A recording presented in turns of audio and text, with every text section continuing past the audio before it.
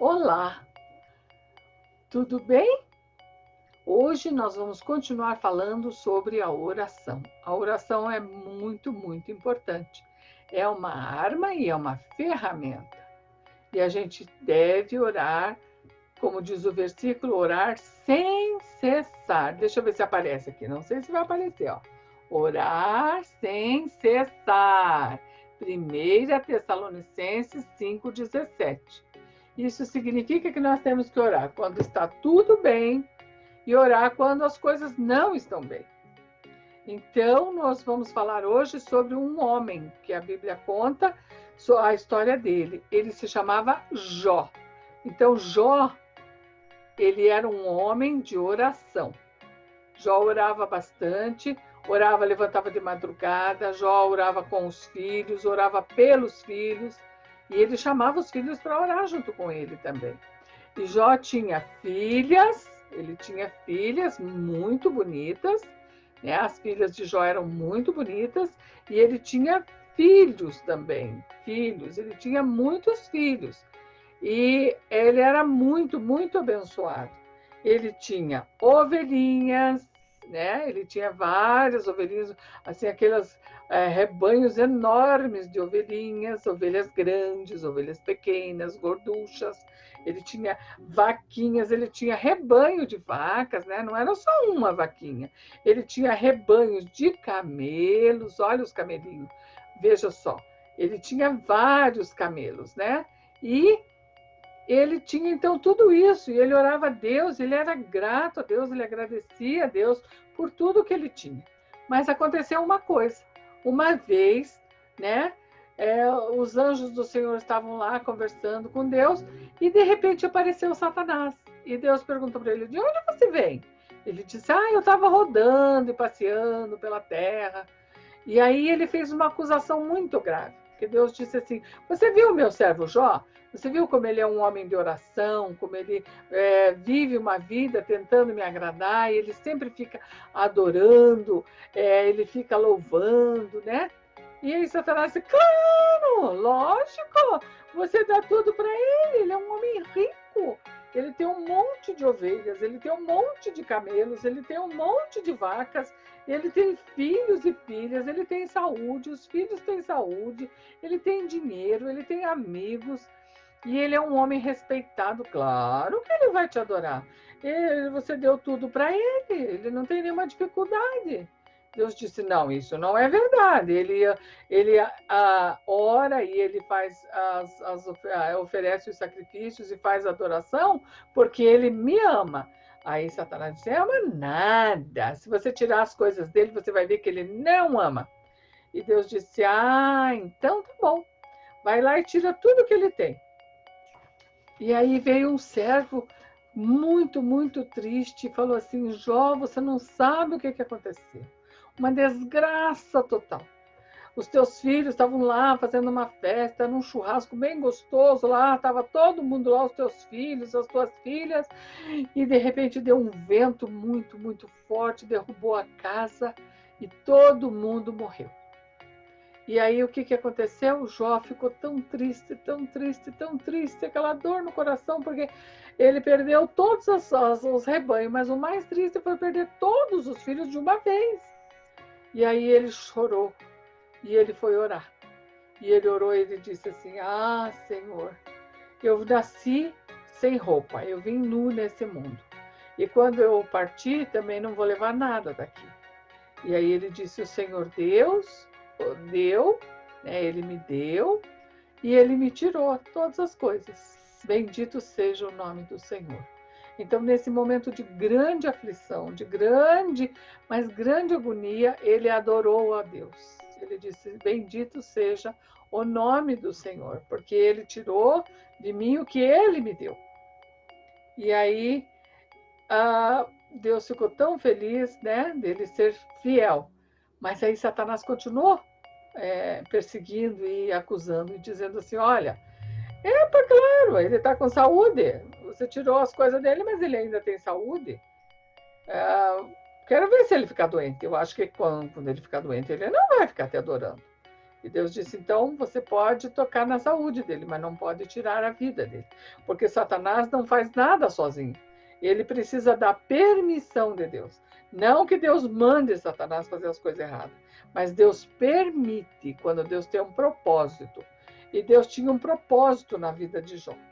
Então, ele disse para Satanás, pode mexer na saúde dele.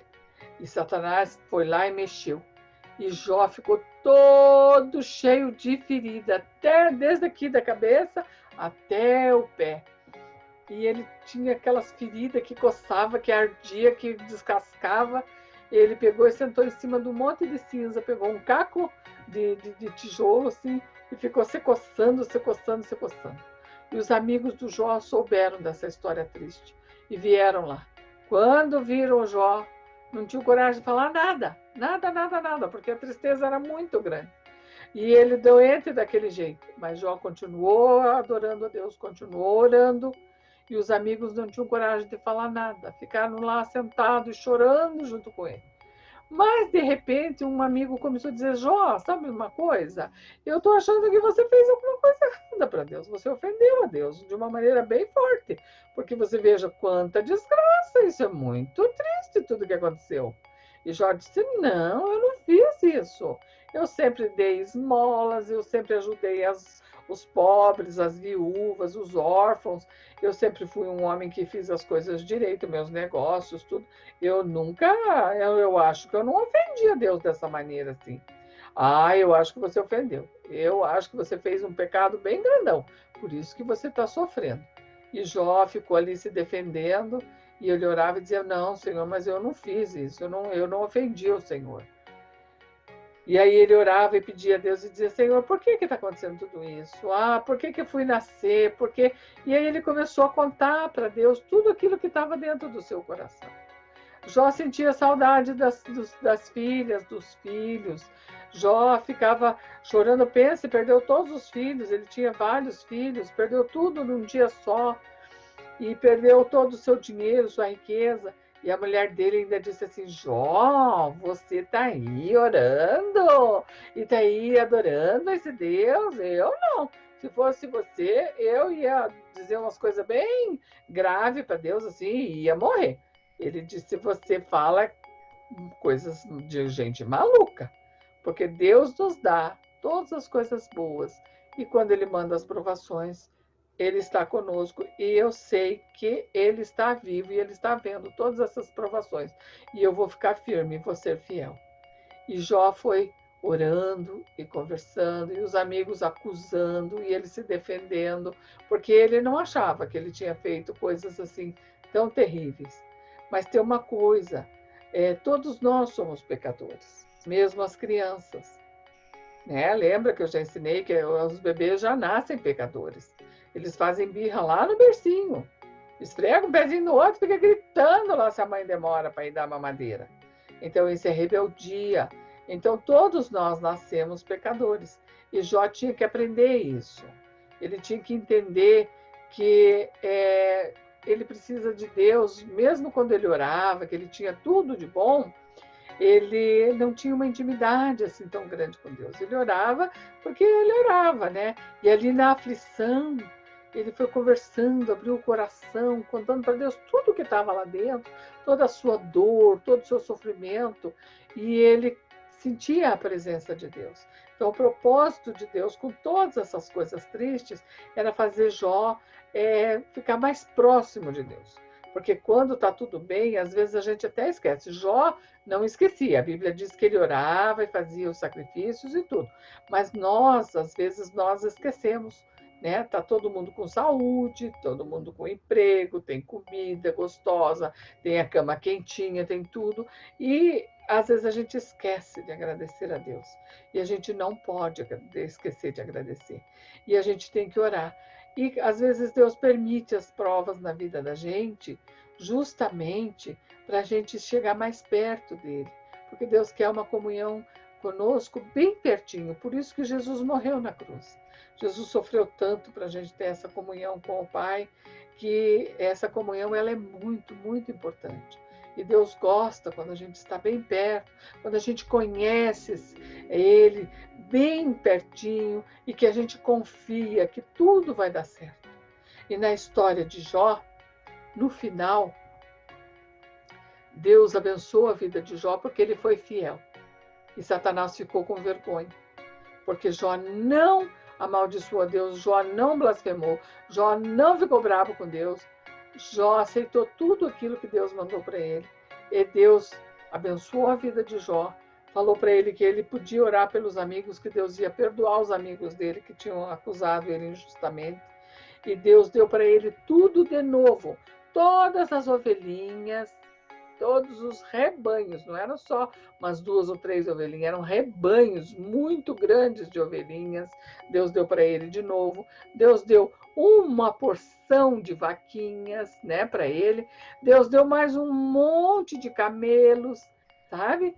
Deus deu tudo em dobro. Então, se ele era rico antes, ele ficou 2 vezes mais rico. E Deus deu para ele muitos filhos de novo. Então, Deus tem sempre o melhor para nós. Qual é a nossa aprovação agora, nesses dias? Nós temos que ficar dentro de casa, quando a gente sai tem que pôr a máscara, a gente fica enjoado de ficar dentro de casa, às vezes fica só na frente da televisão, lá assistindo, e muitas vezes notícias tristes, coisas ruins. Então, o que a gente tem que fazer? A gente não pode esquecer que temos que ler a Bíblia, porque lendo a Bíblia, Deus está falando conosco. E quando nós estamos orando, nós estamos falando com Deus. Nós estamos alimentando a nossa alma de coisas boas. E toda essa pandemia, toda essa quarentena, tudo isso vai passar. Toda essa tristeza, que não pode ver a vovó, que não pode ir no mercado, porque é proibido entrar no mercado, no shopping, criança menor de 12 anos. E tem um monte de coisa que a gente não pode fazer, não pode ir no parque, não pode nem andar de bicicleta no parque, que está proibido. Tudo isso Deus está fazendo, que é para a gente chegar mais perto dele. A gente não pode esquecer que Jesus prometeu que vinha buscar a gente de volta, para ir morar no céu com ele. E ele está voltando. Ele não vai demorar muito para vir nos buscar. E por isso nós precisamos estar firmes, como Jó, nas coisas boas, quando está tudo bem, e nas provações. Temos que orar, buscar a presença de Deus e confiar que Ele está conosco, Ele está vendo tudo isso e Ele tem nos abençoado. É isso então. Lembra da oração? Quem decorou já? Tem que decorar todos os ingredientes para fazer uma oração bem bacana. Ó. O primeiro ingrediente, a confissão. Lembra? Vamos confessar a Deus que nós somos pecadores e que nós precisamos de Deus. Precisamos da sua graça, da sua misericórdia. Depois vem a adoração, adorar o nosso Deus. Ele é Deus poderoso, ele é soberano, ele manda em todo o universo, ele manda nas estrelas, ele manda em tudo, tudo, tudo. Ele manda também em Satanás. Lembra que Satanás não pode fazer as coisas sem ordem de Deus? Ele tem que obedecer a Deus. Então, a adoração, Deus é maravilhoso. E depois vem a gratidão. A gratidão, vamos agradecer a Deus pelas coisas boas.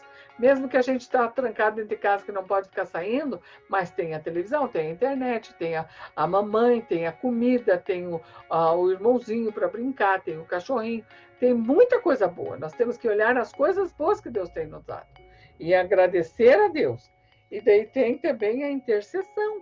Nós temos que lembrar que temos que interceder pelos irmãos, interceder pelos vizinhos, pelos amigos, por aqueles que não conhecem a Deus, que ficam muitas vezes muito tristes, porque eles não têm a quem pedir. E nós temos o nosso Deus. E por último, nós vamos pedir para que Deus nos dê força, que Deus nos dê a paciência, que Deus nos dê a paz dele, não a paz do mundo, a paz que vem dele. Então vamos orar para encerrar essa aula e agradecer ao Senhor por tudo que Ele tem nos dado. Querido e amado Pai, nós queremos te agradecer, Senhor, porque o Senhor tem sido conosco. Mesmo, Senhor querido, nós sendo pecadores, mesmo a gente sendo errado, muitas vezes nós fazemos coisas que ofendem, Senhor, ao teu coração, mas o Senhor é grande, maravilhoso. O Senhor tem nos perdoado. Quando nós pedimos o perdão do Senhor, o Senhor não nega o perdão. O Senhor tem nos abençoado, tem dado a comida, tem dado, Senhor, a cama quentinha, Tem, Senhor querido, quando a gente fica doente, quando as coisas estão ruins, o Senhor tem sido conosco e por isso nós te agradecemos. E nós pedimos ao Pai que o Senhor nos fortaleça e nos ajude, que possamos sempre viver de maneira a agradar ao teu coração. Em nome de Jesus nós oramos. Amém.